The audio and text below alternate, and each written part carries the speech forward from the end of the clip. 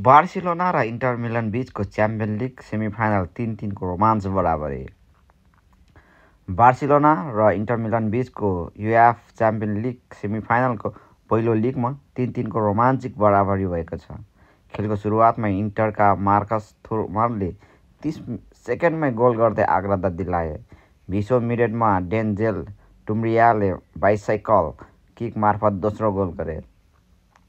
बार्सिलोनाका 17 वर्षीय लमिन यमालले उत्कृष्ट व्यक्तिगत प्रयासमा गोल गर्दै अन्तर घटाए।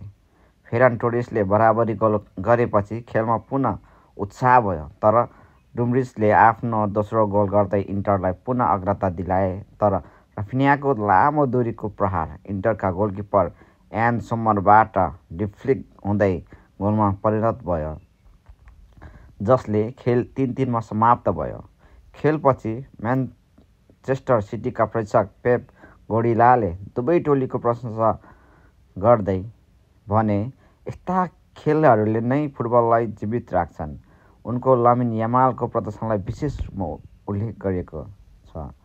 खेलका मुख्य क्षणहरू: मार्कस थुमरले 30 सेकेन्डमै गोल गर्दै इन्टरलाई अग्रता दिलाए।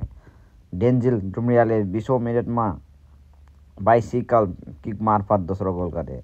लमिन यमालले व्यक्तिगत प्रयासमा गोल गर्दै बार्सिलोनालाई खेलमा फर्काए।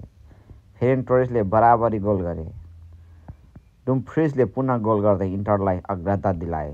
रफिन्याको प्रहार गोलकिपरबाट डिफ्लेक्ट हुँदै गोलमा परिणत भयो। अब हामी हेर्नेछौँ अर्को खेल कहिले, कहाँ र कसरी हुन्छ भनेर। दोस्रो लिग म्याच 6 मा मिलानको जिउसेप्पे मेआत्सा स्टेडियममा हुनेछ। दुवै टोली फाइनलमा स्थान सुरक्षित गर्न उत्साहित छन्।